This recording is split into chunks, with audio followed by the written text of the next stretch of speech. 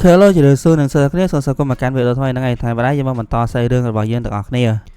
ក្រុមតាហ៊ានបានបរោពើគេការផលិតមនុស្សគឺមានម្ដងចង់ឲ្យសៃយ៉ាទៅជួយក៏ព្រោះថានៅក្នុងព្រៃអុកឡាគឺមានជាមួយនឹងបិសាចរុយធ្វើការវាប្រហារនៅពេលហ្នឹងសៃយ៉ាគេក៏បានយកប្រុសហើយគេក៏បានហោះទៅមើលនៅពេលហ្នឹងក្រុមតាហ៊ានក៏បានគិតថាអាយ៉ាពិតជាសំណាងខ្លាំងតែមែនតែម្ដងក៏ព្រោះថាបរិបទរបស់យើងគឺជាហោះដូច្នេះហើយគេមានន័យថាគេក៏អាចធ្វើការវាគ្នាជាមួយនឹងបិសាចរុយទាំងអស់នោះបានហើយសៃយ៉ាក៏បានឲ្យរីស្តាធ្វើការជួយយកអ៊ីឡូយ៉ាងណាគេវិញគឺនឹងយកមកហោះទៅកាន់ទីនោះក៏ប៉ុន្តែយើងក៏ដឹងហើយថារបស់សៃយ៉ានេះគឺមិនមែនចេះតែចូលទៅវាយឆាវនោះទេនៅពេលដែលគាត់ទៅដល់ភ្លាមហើយនៅពេលហ្នឹងគេក៏បានធ្វើការពួនសិនដើម្បីមើលជាមួយនឹងស្ថានភាពហើយនៅពេលហ្នឹងក៏បានឃើញថាមានជាមួយនឹងបិសាចរុយយ៉ាងច្រើនហើយជាមួយនឹងមេបិសាចមួយនោះគេមានឈ្មោះថាប៊ីបបដែលបិសាចរុយនេះគឺ level មិនសូវធំទេក៏ប៉ុន្តែអ្វីដែលសំខាន់នោះគឺជា speed របស់គេនិយាយថាគេគឺលឿនយកតែមែនតែម្ដងតែសៃយ៉ាគឺមិនអាចធ្វើការវាគ្នាជាមួយនឹងគេក្នុងល្បឿនដ៏លឿនបែបនេះបានទេឬហើយនៅពេលហ្នឹងផងដែរក៏បានឃើញជាមួយនឹងក្រុមទាហានមួយក្រុមក៏បានធ្វើការចូលទៅយកគ្នាជាមួយនឹងបិសាចរុយទាំងអស់នោះក៏ប៉ុន្តែបានជាត្រូវបានពួកវាធ្វើការចាប់ខ្លួនរបស់ពួកគេឡើងទៅខាងលើនិងបានធ្វើការទម្លាក់មកខាងក្រោមធ្វើការសម្លាប់ចោលទាំងអស់តែម្ដងឬហើយបិសាចរុយប៊ីបបនោះក៏បាននិយាយថាគេធ្វើឲ្យនេះគឺដើម្បីគ្រាន់តែចង់បញ្ឆោតសៃយ៉ាធ្វើដំណើរមកកាន់ទីនេះតែប៉ុណ្ណោះឬហើយនៅពេលហ្នឹងគេក៏បានហោះចាក់ចេញទៅបាទទៅក្រោយពេលដែលបិសាចរុយមួយនោះចាក់ចេញទៅបាទហើយទៅសៃយ៉ារបស់យើងធ្វើការបង្ហាញខ្លួនក៏បានជួយជាមួយនឹងមេតបស្រីម្នាក់ដែលមានឈ្មោះថារ៉ូសាឡាយដែលរ៉ូសានេះគឺជាកូនស្រីមេតបម្នាក់ដែលមានឈ្មោះថា War Master គឺជាមេតបដ៏ខ្លាំងប្រកែតែម្ដងគឺជាបរិបទដែលខ្លាំងជាងគេប្រចាំទីក្រុងមួយនេះក៏ប៉ុន្តែអ្វីដែលគួរឲ្យស្ដាយនោះគឺក៏គឺមិនអាចធ្វើការចាក់ចេញពីទីក្រុងបានឡើយប៉ុន្តែនៅពេលហ្នឹងរ៉ូសាក៏បានឲ្យគ្រប់គ្នាសម្រាប់សិនហើយនឹងទៅប្រជុំជាមួយនឹងសៃយ៉ាដើម្បីសរុបជាមួយនឹងប្រទេសសាធ្វើការយកគ្នាជាមួយនឹងបិសាចរុយទាំងអស់នេះក៏ប៉ុន្តែយើងក៏ដឹងហើយថាលបងសៃយ៉ានេះគឺធ្វើអ្វីមិនអាចច្រឡំគេនោះទេនៅពេលហ្នឹងគាត់ក៏បាននិយាយថាមុននឹងយើងពិភាក្សាគ្នាគឺមានសត្រូវបន្លំខ្លួនក្នុងចំណោមពួកយើង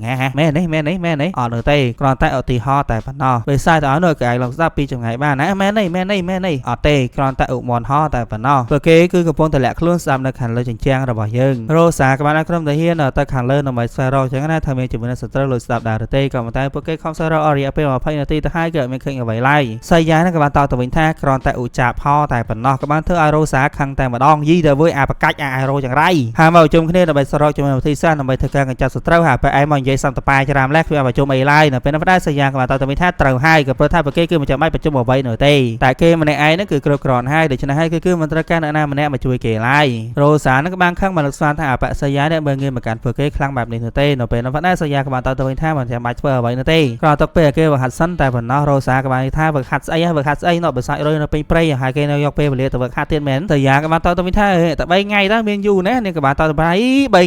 ថ្ងៃទៅបិសាចរុយចូលដល់ក្រុងហើយនៅពេលនោះបានដែររីស្តានេះក៏បានព្យាយាមនិយាយថារងចាំតែបន្តិចទៅក៏ប្រធានថាសួររយៈពេល3ថ្ងៃទៅខាងកណ្ដាលតែប្រហែលម៉ោងតែប៉ុណ្ណោះក៏ប៉ុន្តែនៅពេលហ្នឹងរ៉ូសានេះក៏បាននិយាយថាហើយចោតតាហ៊ានរបស់នេះត្រូវបានស្លាប់នោះតែគេមិនខ្វល់បន្តិចមិនដែរទេព្រោះគេត្រូវបានស្លាប់ត្រូវបានលះបង់ជីវិតហើយដោយអញ្ជើញគេធ្វើហាក់ដូចជាធម្មតាគ្មានតម្លៃអ្វីសោះអញ្ចឹងនៅពេលហ្នឹងផងដែរសៃយ៉ាក៏បានតបទៅវិញថាតាហ៊ានទាំងអស់នោះគឺមិនត្រូវបានគេសម្លាប់នោះទេក៏ប៉ុន្តែនាងគឺជាអ្នកសម្លាប់ពួកគេក៏ពុទ្ធនាងដឹងថាមិនអាចប្រយុទ្ធបានហើយមិនតមានជាមួយនឹងយុទ្ធសាស្ត្រច្បាស់លាស់មិនតដឹងពីសត្រូវពិតប្រាកដនៅតែដឹកនាំតាហ៊ានទាំងអស់នោះទៅប្រយុទ្ធដូច្នេះហើយនេះទៅវិញទេគឺជាអ្នកដែលបានសម្លាប់ក្រុមតាហ៊ានទាំងអស់នោះនៅពេលនោះផងដែររ៉ូសានេះក៏បានខឹងមានបំណងចង់ទះកំភ្លៀងទៅលើសៃយ៉ាក៏ប៉ុន្តែនាងគឺភ្លេចថាសៃយ៉ាមិនមែនជាសុភាពបរិសុទ្ធដែលយើងធ្លាប់ស្គាល់ទេនៅពេលហ្នឹងគេក៏បានទះកំភ្លៀងទៅនាងវិញតែម្ដងរិសាក៏បាននិយាយថាណែកុំធ្វើបាបទៅលើមនុស្សស្រីអញ្ចឹងមិនល្អនោះទេសៃយ៉ាក៏បានតទៅវិញថាមានណាគាត់តការពារខ្លួនតែក៏ប៉ុន្តែរ៉ូសានេះគឺមិនតឈប់ទៅទេមានបំណងចង់វាយសៃយ៉ាទៀតហើយរបស់សៃយ៉ានេះគឺខ្វល់ថាគាត់ជាសុភាពបរិសុទ្ធល្អអីឡើយទះទៅលើរ៉ូសាទះយកតែម្ដងរហូតដល់ទៅប៉ោងពេញមុខហើយក៏ប្រាប់ឲ្យរីស្តាបាត់ធ្វើផតថតទៅគេគឺនឹងវិលត្រឡប់ទៅកាន់ឋានសួគ៌វិញ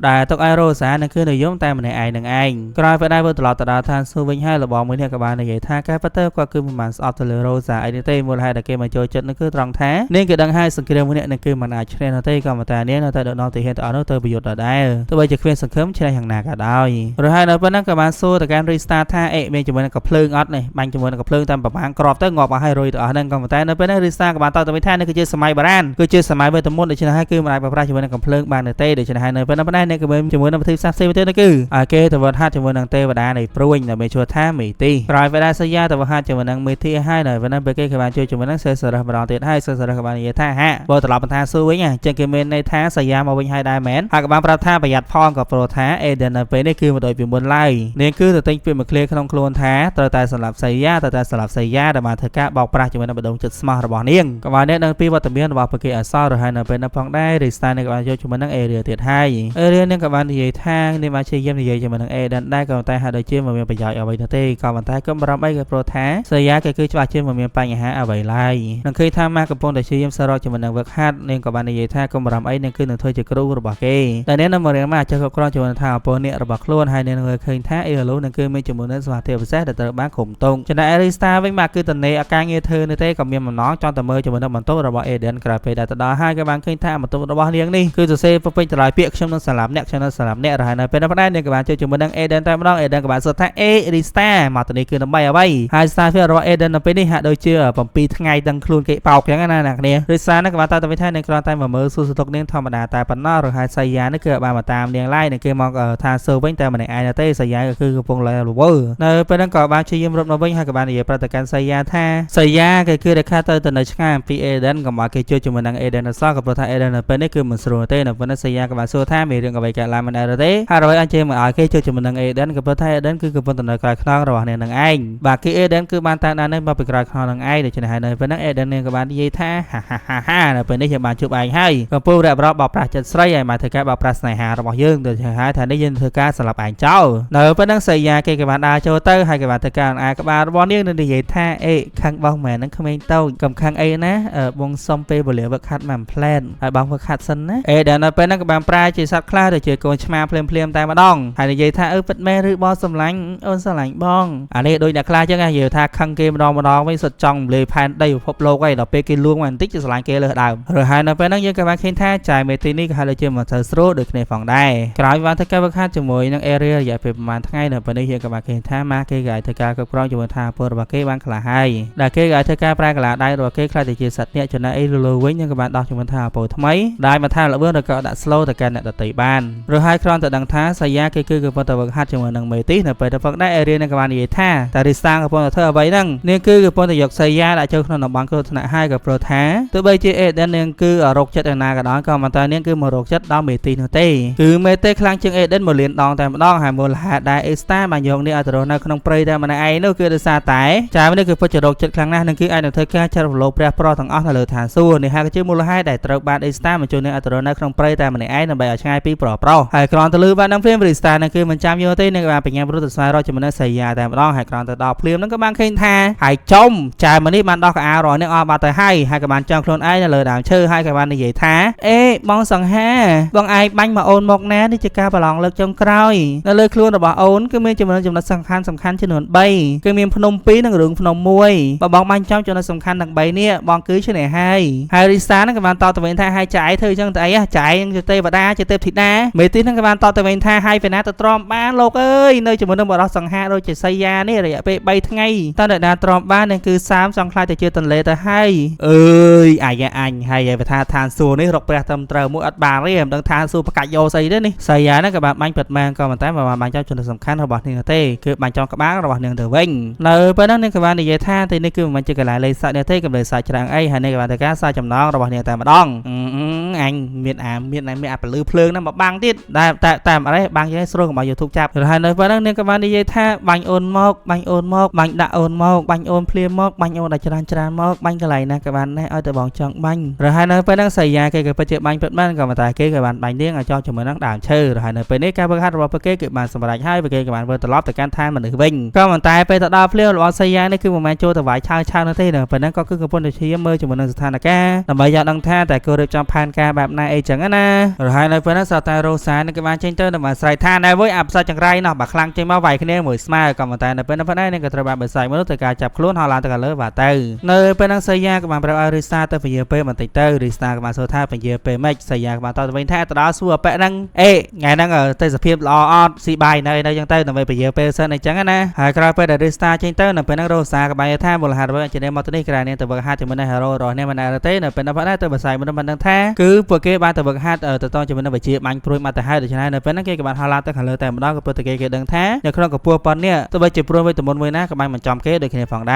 រដោយសារតែនៅពេលហ្នឹងគឺគ្មានជំរឿរីសានេះក៏បានបប្រាជាមួយនឹងវិជាកូនចុងក្រោយរបស់សៃយ៉ាតែម្ដងអេញ៉ាំបាយនៅហើយស្មានហ្នឹងអាចញ៉ាំវិជាឯងដ ដោយសារតែឬសារនឹងគឺពជាពេលបែបនេះនៅពេលនៅផងដែរសយាគេក៏បានបាញ់ព្រួយពីចម្ងាយនៅធ្វើឲ្យគេមានការជួយសង្គ្រោះរោសាបានសម្រាប់ហើយនៅពេលនោះដែរបើសាច់មិននេះក៏បានគិតថានៅក្នុងកម្ពុជាខ្លួននេះគឺគ្មានប្រវត្តិមិនណាហោះឡើងមកដល់នោះទេដូច្នេះគេមានន័យថាសយាវិជ្ជាលក្ខខ្លួនក្នុងពពកមួយណាជាមិនខានរហ័យនៅពេលនោះផងដែរសយាគេក៏បានធ្វើការបាញ់ព្រួយពីចម្ងាយមកម្ដងទៀតក៏ប៉ុន្តែបើសាច់មិននេះក៏អាចគេផុតហើយគេបានរកឃើញជាមួយនឹងទីតាំងរបស់សយាតែម្ដងក៏ប៉ុន្តែយើងក៏ដឹងហើយថាលំងសយានេះគឺមិនមែនចេះតែចេញឲ្យគេមើលឃើញសុខស្រួលទេក៏ព្រោះថាអ្វីគ្រប់យ៉ាងគឺតែតែមានជាមួយការរៀបចំទុកជានិច្ចគឺថាព្រួយនៅគេបាញ់មុននេះក៏បានខ្លាចទៅជាសត្វហង្សនៅបានធ្វើការហៅត្រឡប់មកវិញទៅលើខ្លួនរបស់គេតែលំងសយារបស់យើងក៏បានធ្វើការដោះជាមួយនឹង skill ថ្មីទៀតហើយនៅពេលប៉ុណ្ណេះគាត់ក៏បានធ្វើការសម្លាប់ជាមួយបិសាចរុយមុននេះតែម្ដងក្រោយពេលដែលសម្លាប់ជាមួយបិសាចរុយមុននេះហើយគឺដោយសារកូនចៅរបស់វានៅពេលផងដែរសយាក៏បានប្រតិកម្មម៉ាស់ជាមួយនឹងអ៊ីឡូថាតោះពួកឯងទាំងពីរនេះយើងក៏បានឃើញថាពួកឯងគឺមានជាមួយនឹងធម្មពលថ្មីដូច្នេះហើយសូមធ្វើការបង្ហាញឲ្យគាត់ឃើញមកក៏ប៉ុន្តែបានទៅវាយជាមួយបិសាចអីឡើយគឺសយានៅតែជាបាញ់សម្លាប់ដដែលនោះគឺឲ្យអ៊ីឡូនោះដាក់ជួយទៅឲ្យម៉ាស់ហើយឲ្យម៉ាស់ធ្វើការប្រមូលសាកសពដាក់មួយកន្លែងហើយគេធ្វើការកំទេចចោលក្រោយពេលដែលយកឈ្នះហើយគេជាមួយនឹងរ៉ូសានៅតែមិនត្រូវគ្នាដដែលទេក៏ប៉ុន្តែនៅពេលហ្នឹងរ៉ូសាក៏បានប្រាប់ថាគេធ្វើដំណើរទៅកាន់ភូមិមួយដែលមានឈ្មោះថាអ៊ីសែល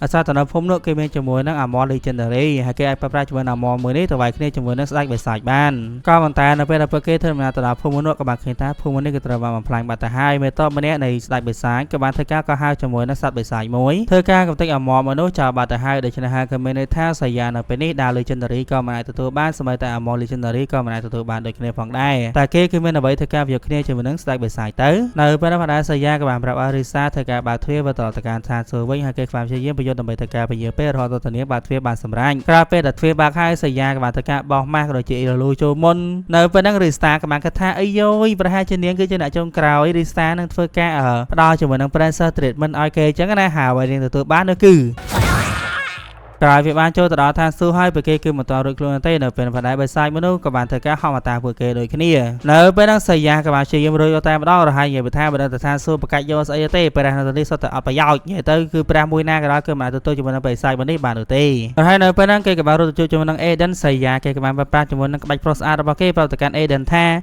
សូមជួយគេកុំចាប់បិសាចមនុស្សផង Eden នៅពេលហ្នឹងក៏បាននិយាយថាអាណាហ៊ានប៉ះក្រៅអញអាមួយនឹងងាប់ជាមិនខានក៏ប៉ុន្តែ Eden ក៏នៅតែមិនអាចយកឈ្នះទៅលើវាបានដដែលរហ័យនៅពេលហ្នឹងរីស្តាក៏បានសួរទៅកាន់សយាថាតើគេចង់រត់ទៅដល់ណានៅពេលនោះដែរសយាក៏បានតទៅវិញថាគេក៏មានចំណឹងដែលគួរស័ក្តិសមជាមួយនឹងបិសាចមួយនេះហើយដែលនោះគឺជាព្រះដែលជាចិត្តគូគំនូគេជឿវ៉ាខារីនឹងឯងក៏ព្រោះតែគេគឺដឹងថាបើសិនជាគេសុំឲ្យវ៉ាខារីជួយពួកគេដល់តងនោះវ៉ាខារីចាស់ជាមកយកប្រមទេក៏ប៉ុន្តែសិនជាពួកគេធ្វើការអូសបិសាចមួយនេះដល់កន្លែងរបស់នាងធ្វើការកំទេចកំណូរបស់នាង 100% ច្បាស់ណាស់នាងច្បាស់ជាវាយគ្នាជាមួយនឹងបិសាចមួយនេះជាមិនខានរហ័យផាងការរបស់សយានៅពេលនេះក៏បានសម្រេចដូចគ្នាវ៉ាខារីក៏បានធ្វើការវាយគ្នាជាមួយនឹងបិសាចមួយនឹងតែម្ដងក៏ប៉ុន្តែបិសាចមួយនេះគឺពិតជាសាហាវខ្លាំងយកតែមែនតើគឺមិនអាចធ្វើអ្វីទៅលើគេបានទេក៏ប៉ុន្តែវ៉ាការីគឺមិនមែនអត់ក្បាច់ត្រឹមនឹងឡើយនៅពេលនោះផ្ដាច់នាងក៏បានប្រប្រាស់ជាមួយក្បាច់ចុងក្រោយរបស់ខ្លួនគឺខ្លោងទ្វារវ៉ាហាឡាក្រោយពេលបានយកឈ្នះទៅលើបិសាចមនុស្សហើយនៅពេលផ្ដាច់នាងក៏បានមានរបួសពេញខ្លួនតែម្ដងក៏ព្រោះថាក្បាច់មនុស្សគឺមិនជាក្បាច់ស្រួលនោះទេហើយមនុស្សធម្មតាក៏មិនអាចប្រប្រាស់ជាមួយក្បាច់មនុស្សបានឡើយក៏ប៉ុន្តែមើលទៅវ៉ាការីហាក់ដូចជាពេញចិត្តជាមួយនឹងការឈឺចាប់របស់នាងខ្លាំងណាស់គឺសប្បាយចិត្តរីៗតែម្ដងវ៉ាការីនៅពេលហ្នឹងក៏បានងើបឡើងវិញនៅបាននិយាយថារីសានឹងគឺជាអ្នកនាំយកបិសាចមនុស្សមកម៉ែណៃរទេដូច្នេះនឹងគឺជាអ្នកទទួលខុសត្រូវគឺឲ្យនាងចាំបាច់ក្រូចនៅពេលហ្នឹងសយាក៏បានចូលទៅជួយរីសាក៏បានគិតថាអូយវីរៈបរិសុទ្ធរបស់នាងគឺមកជួយនាងហើយក៏ប៉ុន្តែអ្វីដែលនាងទទួលបាននោះគឺរហ័យនៅពេលហ្នឹងសយាគេក៏បាននិយាយថានាងពិតជាស័ក្តិសមធ្វើជាអ្នកវឹកហាត់ជាមួយនឹងគេ Batman ក៏ប៉ុន្តែនៅពេលហ្នឹងវ៉ាការីគឺមកយកប្រមទេពីគេទៅពីអ្នកក៏បានឆ្លោះគ្នាតែវ៉ាការីនឹងក៏បាននិយាយថាប្រជាជនរបស់នាងនេះគឺមនុស្សធម្មតាមិនអាចវឹកហាត់បានឡើយក៏ប៉ុន្តែសយាក៏បានតទៅវិញថាហើយចុះបានមិនសាកល្បងផងមិនបានជានាងដឹងពីគេទៅពីអ្នកក៏បានបកកាយគ្នាបន្តិចទៅនៅពេលហ្នឹងវ៉ាការីនឹងក៏បានយកព្រមតែម្ដងក្រោយពេលដែលវ៉ាការីចាក់ចេញទៅបាត់ទៅនៅពេលហ្នឹងផងដែររីស្តាក៏បានសួរទៅកាន់សយាថាបើសិនជាមិនមានជាមួយនឹងដាវ Legendary ក៏ដូចជា Armor Legendary នោះទេតែបើគេធ្វើយ៉ាងណាទៅយកឈ្នះទៅលើស្ដេចបិសាចបានទៅនៅពេលនោះផងដែរសយាគេក៏បានតទៅវិញថាមកនេះគេក៏បានយកជាមួយនឹងបំណែកនៅ Armor Legendary មកតាមខ្លួនដូចគ្នាផងដែរទៅបីជាបំណែកមួយនេះមិនអាចយកទៅបង្កើតទៅជា Armor ថ្មីក៏ដោយក៏ប៉ុន្តែគេក៏អាចប្រើប្រាស់វាដើម្បីអាប់ក្រៀតដាវរបស់ខ្លួនឬហើយដោយសារតែនៅពេលនេះសយាគឺវឹកហាត់ជាមួយនឹង Valkyrie Ilo ជាមួយនឹង Mark ក៏ប៉ុន្តែវឹកហាត់ជាមួយនឹង Area នៅពេលនោះផងដែរពេលស្តានេះក៏មានបំណងចង់ទៅងុយទឹកក៏ប៉ុន្តែនៅពេលនេះក៏បានចូលជាមួយនឹង Caesarus ក៏បានប្រាប់ថា Star ហ្នឹងគឺមានបំណងចង់ជួបនាងដូច្នេះហើយគេមានន័យថាចា Star របស់ យើងគឺប្រមាណងុយទឹកនៅទេដល់អេស្តានឹងក៏បាននិយាយថាស្ដេចវិស័យនៅពេលនេះគឺចាប់ផ្ដើមចូលនៅផែនការគ្រប់គ្រងផែនដីរបស់កទៀតហើយនៅពេលនេះក៏មានម្ដងចង់ធ្វើការវាប្រហារទៅលើរាជធានីយកតែម្ដងដូច្នេះហើយគាត់ក៏ចង់ឲ្យរីស្តាជាមួយនឹងសៃយ៉ាធ្វើដំណើរទៅកាន់ទីនោះក៏ប៉ុន្តែនៅពេលហ្នឹងគាត់ក៏បាននិយាយថាមុននឹងទៅកុំភ្លេចងុយទឹកផងក៏ព្រោះថាក្លិនចាឯហ្នឹងក៏អូបដល់ហើយឬហើយថែថ្មីហ្នឹងក៏បានមកដល់ក្រោមការវឹកហាត់របស់ area យើងក៏បានឃើញថាម៉ាស់នៅពេលនេះក៏អាចប្រែកាឡាទៅជាសត្វនេះបានពេញលេញហើយចំណាយ area វិញនឹងក៏បានដោះជាមួយថាអពើថ្មីរបស់នាងបានដូចគ្នាតែពួកគេទៅពេលនេះក៏បានគិតថានៅពេលនេះពួកគេក៏មានជំរឿនសុខភាពជួយទៅលើសៃយ៉ាបានហើយដូច្នេះនៅពេលហ្នឹងរីស្តានឹងបានគិតថានឹងគឺគួរធ្វើអ្វីម្យ៉ាងឲ្យមានប្រយោជន៍ឲ្យទៅកាន់សៃយ៉ាដូចគ្នាផងដែរឬហើយនៅពេលហ្នឹងនាងក៏បានទៅម៉ូតូរបស់វ៉ាការីដើម្បីហៅសៃយ៉ាធ្វើដំណើរបន្តទៀតក៏តែនៅពេលហ្នឹងនាងក៏បានគិតថាចំអាប៉ែមិនកំពុងទៅអស់រ៉ែងវ៉ាការីតាសៃយ៉ាហ្នឹងក៏បានទៅវិញថាអស់រ៉ែបកាច់យកអីនឹងគ្រាន់តែជាក្បាច់គុណតែប៉ុណ្ណោះពួកគេទៅពេលនេះកំពុងតែហាត់វិជាគុណរីស្តាក៏បានទៅវិញថាវិជាគុណបកាច់យកស្អីគេហាត់ចឹងគេហាត់ចឹងមែនថាវិជាគុណអាណាហាត់ចឹងវ៉ាការីក៏បានទៅវិញថាត្រូវឲ្យវិជាគុណរបស់នាងគឺហាត់បែបហ្នឹងឯងក៏បានធ្វើឲ្យរីស្តានៅពេលនេះក៏ខូចចិត្តតែម្ដងនឹងនិយាយថាសៃយ៉ាហេតុអ្វីបានជាបងគាត់ចិត្តអូនបែបនេះ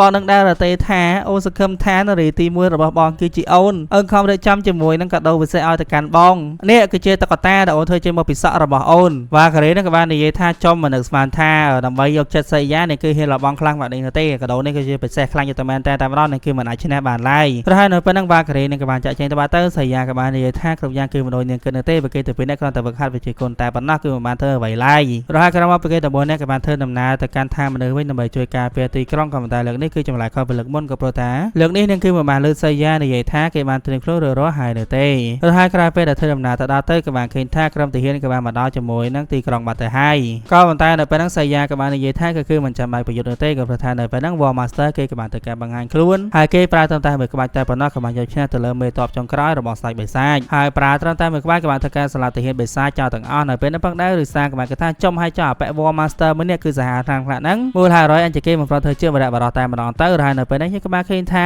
ក្រោយពេលដែលគេធ្វើការវិយុទ្ធហើយ War Master ក៏បានប្រែខ្លួនទៅជាកូនក្មេងតែម្ដងអូខេគ្នារឿងរបស់យើងគឺមានតែប៉ុណ្ណឹងទេអរគុណគ្នាសាធការតាណាសាតាណាបដាដល់ចប់ហើយសូមទោសរកខុសឆ្គងដើម្បីការឡើងក្នុងវីដេអូនេះកុំភ្លេចស្គាល់នៅខាងឆ្វេងដៃដើម្បីជាកម្លាំងចិត្តរបស់ខ្ញុំក្នុងការធ្វើវីដេអូបន្តហើយខ្ញុំជួបគ្នាក្នុងវីដេអូក្រោយទៀតពីខ្ញុំមកកូសេស្លាគ្នាបាយបាយ